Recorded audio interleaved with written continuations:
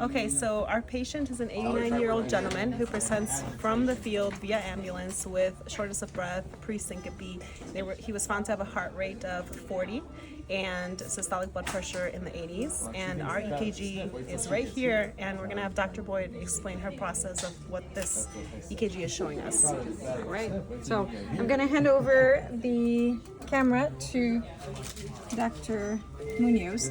And so what you have to think about, you basically have a bradycardic patient right here. So let's zoom in on the EKG itself. Okay.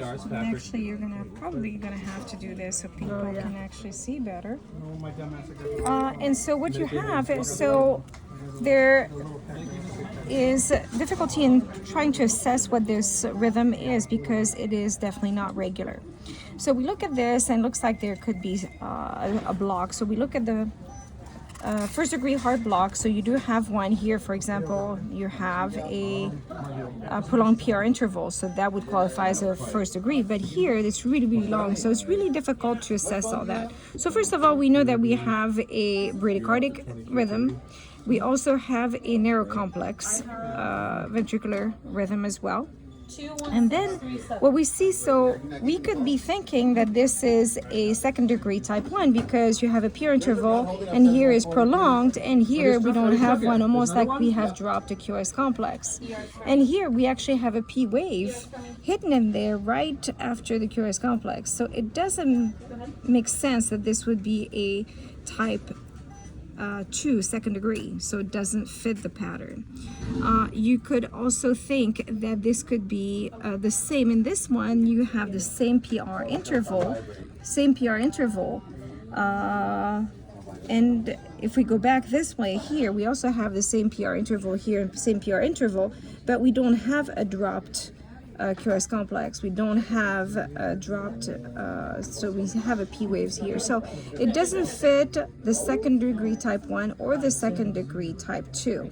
And it doesn't fit the third degree heart block where the ventricles are marching at their own pace, because this interval here is shorter than this one, which is the same as this one, which is the same as this one, which is shorter and shorter. So this doesn't fit any heart block pattern other than the first degree heart block. So on this patient, what did we do, Dr. Munoz? So we actually realized that the patient was actually on a beta blocker, and we actually gave him glucagon, which actually helped convert him back into sinus rhythm. Correct. And do we have another EKG? We do, yes. Let me, do you want to make sure that we do not have any patient identifier? Oh, yes. So again, this is the EKG that we have.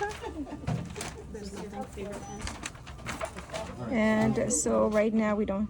So now what we have, if we look at the rhythm strip, we do have a regular rhythm. And we do have a